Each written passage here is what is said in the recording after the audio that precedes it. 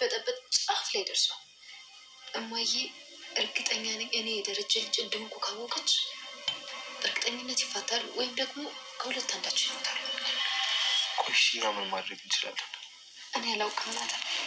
ሳስበው ግን እኔ ወደ መጣሁበት ቦታ መለስ ሳይሻል አይቀርም። በቃ እንደዛ ነው የሚሻለው። ኧረ በእናትሽ ዳጣ ስነ ስርዓት ያለኝ እንዴ! ለሁሉም ነገር እኮ መፍትሄ አለው አይደል እንዴ? በአካላዊ ጉዳይ መፍትሄ ያለው መፍትሄው እውነቱ ማውጣት ነው።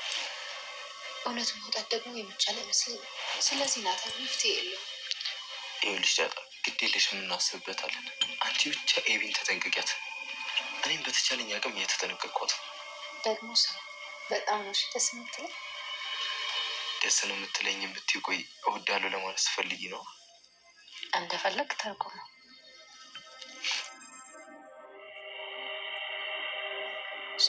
ሰላም ምንድን ነው? ምን ሆንሻል? ምንድን ነው ሰላም? እያመመሽ ነው እንደ ሆስፒታል እንሂድ? ኧረ ደህና ነኝ ጋሽ። ቆይ ታዲያ ለምንድን ነው የፈለግሽ? ጋሽ የልጅሽ አባት ማን እንደሆነ ንገሪኝ አላላችሁም? እና ልትነግሪኝ ነው? አዎ ጋሽ።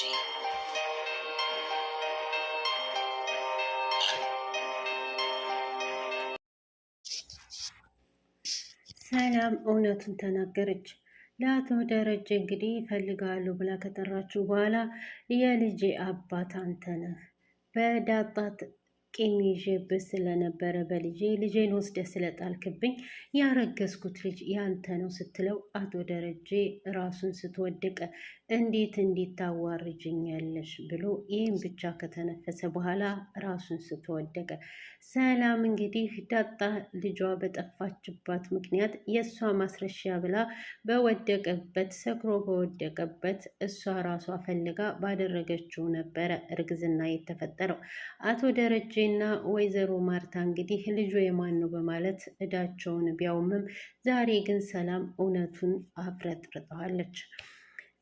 ወይዘሮ ማርታ ይህንን ከሰማች በኋላ እጅግ ማመን አቅቷት እሷም ራሷን ስታ ወድቃለች። ሁለቱም የሰሙት ነገር አስደንጋጭ ነበረ። ምክንያቱም አቶ ደረጀ ወይዘሮ ማርታ ሚስቱ እጅግ በጣም ስለምታምነው ጎረቤት ራሱ ሐሜት ሲገባ ባሏን አንድም ቀን ተጠራጥረው አታውቅም ነበር። ደረጀም አንድ ቀን ልሳሳት እችላለሁ፣ ግን ደግሜ ደጋግሜ ልሳሳት አልችልም እያለ ነበረ።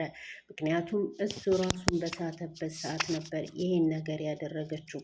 ሰላም ውድና የተከበራችሁ ቤተሰብ እንደምናላችሁ ደህና ናችሁ ወይ? እንግዲህ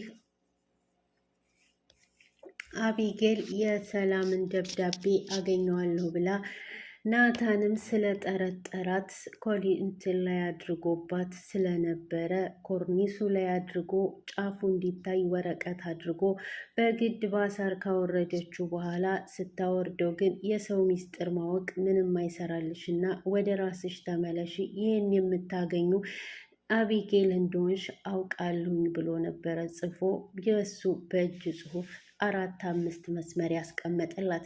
ይህንን ባየች ጊዜ እንግዲህ እጅግ በጣም ተናዳ ነበረ። አልጋውን ምንቅርቅር አድርጋ ከገባ በኋላ ግን እሷ እንዳነበበችውና ገብታ እንደነበረ በጣም እርግጠኛ ስለነበር ሰርቼልሻለሁኝ የሰው ሚስጥር አውቃለሁ ብለሽ ስትፈለፊ ሰራሁልሽ እያለ ነበር ማለት ነው።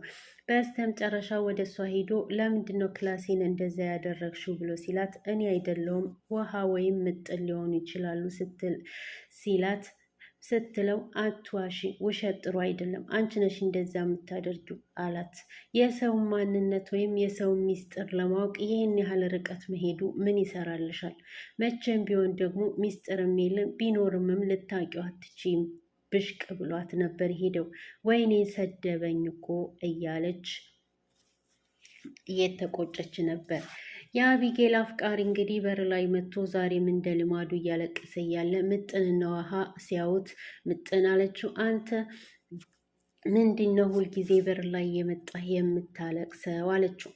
ከዛም አላት አቢጌል ናፍቃኝ ነው፣ ሂጂና እይልኝ እስኪ ምን እየሰራች እንደሆነ፣ ይህንን ካደረግሽ አንዳንድ ቸኮላት አጋብዛችኋለሁ ሲላት ሄደችና ውሃ አለቻት አቢጌል።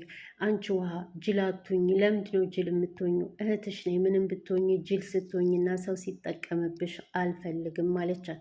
አቢጌል የኔ እህት አንዴ ልሳምሽ ነበር ያለቻት። ከሳምቻት በኋላ አሁን ምን እየሰራሽ ነው አለቻት። ስለ ናታን እያሰብኩኝ ስትላት አሁንም ሂዳ ወደ አቢጌል ያለቻትን ወስዳ ስትነግረው እጅግ በጣም ተናደደና ገመድ ስጡኝ ልታነቃለ። እኛ ቤት ገመድ አለልህ እሰጥሃለሁ አለችው። እንዴት ትቀልዱብኛላችሁ እያለ ሄደ። በስተመጨረሻም እንግዲህ ፍጡር አቶ ከድር ቤት ፍጡር እንደሄዱ አቶ ደረጀና ውሃ ምጥን ሆነው እንደሄዱ እንግዲህ ፍጡራቸውን በስነ ስርዓት ባህልና ወጉን አክብረው ወደ ቤታቸው ቴምር ይዘው ሲመጡ ቴምሩን ውሃ እያከፋፈለች ነበረ ለየሁሉ። ግን ከድር የተናገራቸው ነገር ሰላማቸውን ነስቷቸው ስለነበረ ደረጀ ለሚስታቸው እያወሩ ነበረ። ከድር እኮ የሆነ ነገር ተናገረኝ ግን የዛ በሰዓቱ አስቆኝ ነበር። አሁን ግን ሰላም ይነሳኝ ምን አለ እያለች ማርታ ልቧ ውልቅ እስከሚል ድረስ ስትጠይቅ በእናንተም ሁለት ማግባት ይቻላል እንዴ ብሎ አለኝ አለች እና በጣም ተናዶ ስለነበረ እሷም ማለች ባሏን ለማረጋጋት እኔ ምን ያህል እንደማምንህ አውቃለሁ። ጎረቤት ደግሞ ብዙ ያወራል ሰው አይደለ። እኔም በሌላ ቦታ ብሆን የምለው ነገር ነው። ስለዚህ እንደ ማንም ብላ ሰላም አባቱን መናገር ነው ያለባት። እዚህም ከወለደች ወይም ለክርስትናው ሁሉንም ሰው ሰብስበን አባቱን እናስተዋውቃለን። ስለዚህ አትናደድ፣ አዎ መናገር አለባት ነበር ያለው እንግዲህ አቶ ደረጀ።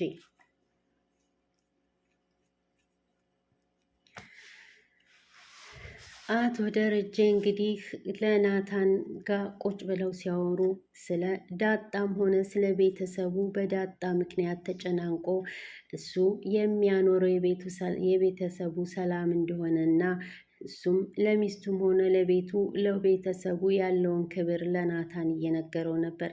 ናታን ደግሞ አባዬ ተረጋጋ፣ የተሳሳተ ነገር ካለ ሁሉም ነገር ይስተካከላል፣ ቀስ በቀስ እያለ እያጽናናው ነበር። እንግዲህ በዚህ መካከል ወደ ናታን ወደ ዳጣ ክፍል ሂዶ ያላት ነበረ። ደረጀ በጣም ተጨናንቋል፣ በአንቺ ምክንያት መሰለኝ አላት። እኔ ወደ ነበርኩበት ህይወት እመለሳለሁ፣ ያ ህይወት ሰላም አለው፣ አሁን ሰላሜን አጥቻለሁ አለች። እሱም አለ እኔን አታስቢም ወይ? ነገራቶች ሁሉ ቀስ በቀስ ይስተካከላሉ፣ እመንኝ፣ ደግሞ አባዬ ያደርገዋል። ማርታ በጣም አስቸግራኛለች። ለሲሳይ ደዊና ስልክ ስጭኝ ብላኝ ነበር እኮ ዛሬ አለች።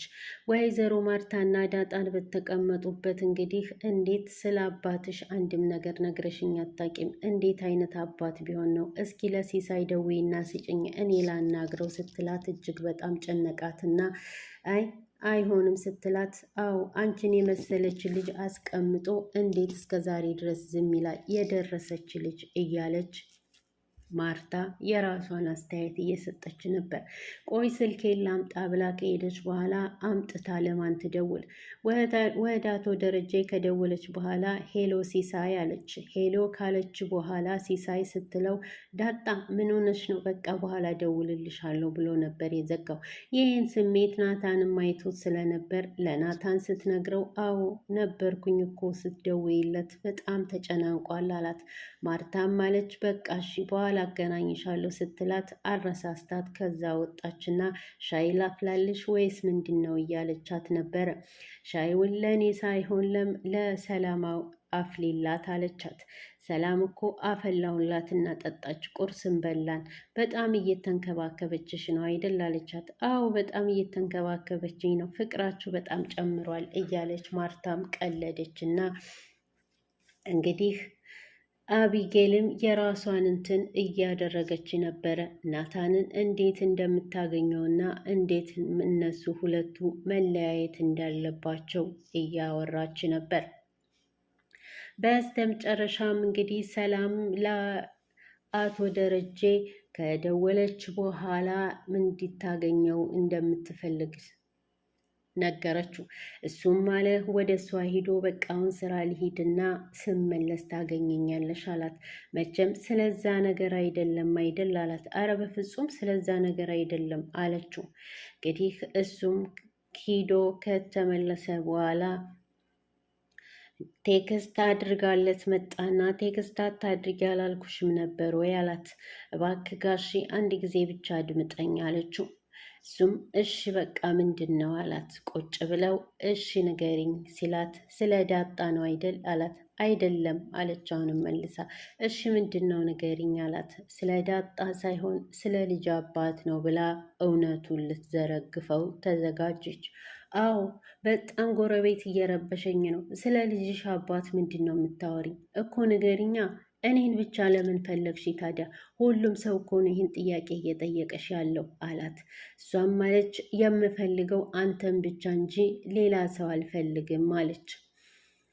እሺ በቃ ሰላም ንገሪኝ አላት። የልጅ አባት አለችና እንግዲህ አንተ ነህ ስትለው ምን አይነት ስሜት እንደሚሰማው የሚቀጥለው ክፍል እናያለን ማለት ነው። ለዚህ ለቤት አዲስ ከሆናችሁ ግን ሰብስክራይብ፣ ሼር በማድረግ ቤተሰብ ይሁን።